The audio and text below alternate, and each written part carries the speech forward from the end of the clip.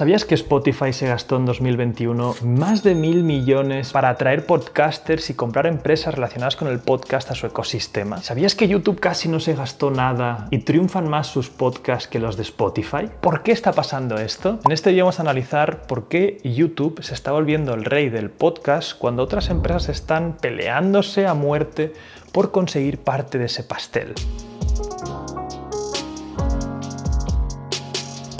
Antes de empezar, decirte que esto es una noticia que analizamos en nuestra newsletter. Cada día te enviamos un correo con la tendencia de mercado, con noticias frescas, y esta tendencia de YouTube la analizamos hace unos días, así que si quieres estar al día con el pulso en el mercado, te dejaré la newsletter en el primer comentario en las tarjetas. Ahora sí, ¿qué está pasando con el mercado del podcasting? Pensemos que para Spotify el podcasting es su gran apuesta. Spotify, su modelo de negocio, es un poco distinto al de Netflix. Netflix compra licencias o incluso produce su propio contenido, se gasta un dinero inicial, por ejemplo, 100 millones en la nueva serie de House of Cards, pero una vez lo ha producido, ese contenido es suyo para siempre y vive en su plataforma, y cada vez que alguien consume ese contenido no han de pagarle nada a nadie. Spotify es algo distinto. Spotify, cuando alguien consume una canción, tienen que pagarle royalties a la persona que la ha hecho o a la discográfica de la que es propietaria. Esto es un problema, porque cuando escala en número de usuarios, también escala en lo que tiene que ir pagando a estas discográficas y autores.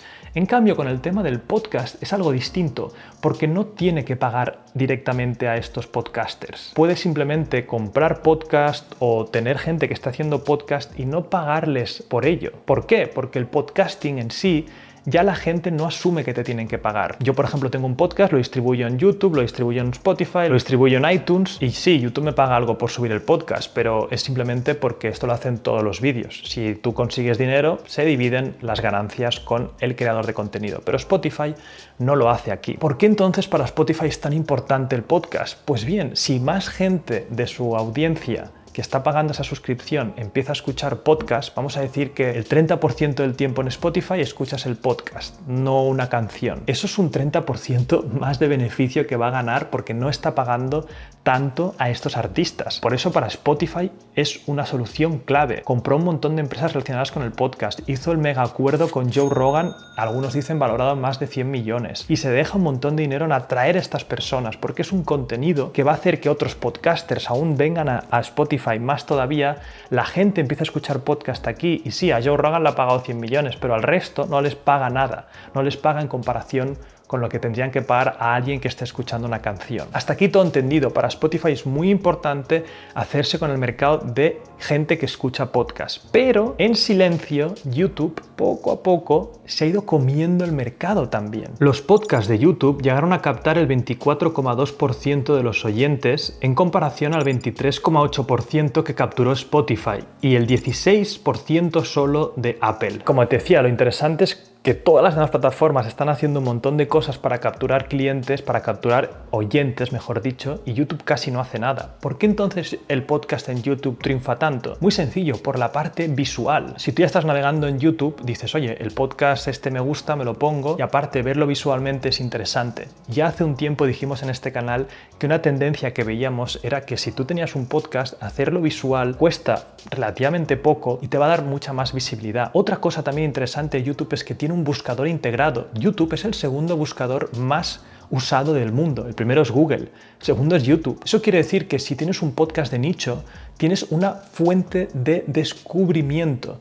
Es decir, si tú tienes un podcast de hortalizas, si alguien está buscando por hortalizas, tienes más posibilidades de que, hey, aparezcas por ahí, que no en otras plataformas que es muy difícil crecer. Spotify va a jugar al tema del descubrimiento para que vayas descubriendo más podcasts, pero aún así no hay nada mejor que tener un buscador integrado y que mucha gente ya lo esté usando. Es curioso porque esto nos recuerda bastante a cuando YouTube ganó el juego de la música, que casi no estaba haciendo nada, pero como había gente ya que subía las músicas a YouTube, oye, empezó a triunfar por ahí. Y una vez entendieron los de YouTube que la gente subía música y la gente escucha música en YouTube, sacaron el tema de YouTube Music. Y ahora es curioso porque con el podcast puede pasar algo parecido, ya que hace poco sacaron en Estados Unidos una home exclusiva para podcast. También lo hicieron con el gaming, etc. YouTube lo que hace es ver lo que está pasando en su plataforma y se intenta adaptar a ello. ¿Y qué acciones va a tomar YouTube ahora que se está dando cuenta que esto es un mercado interesante para él? Pues bien, ha contratado a Kai Chuck, su primer ejecutivo de podcast, para administrar el gran volumen de este tipo tipo de contenido. También anunció que ofrecería entre 50.000 y 300.000 dólares a los podcasters más escuchados para que transformen su contenido en vídeo y lo suban a su plataforma. Se asoció con la National Public Radio para presentar más de 20 de sus programas más populares como Fresh Air y Up First, y además hace poco se filtró un informe en el que se mostraban algunos planes para traer nuevas métricas mejoradas para los podcasts y más anuncios de solo audio. No solo eso, sino que en el futuro también se plantean que puedas escuchar el podcast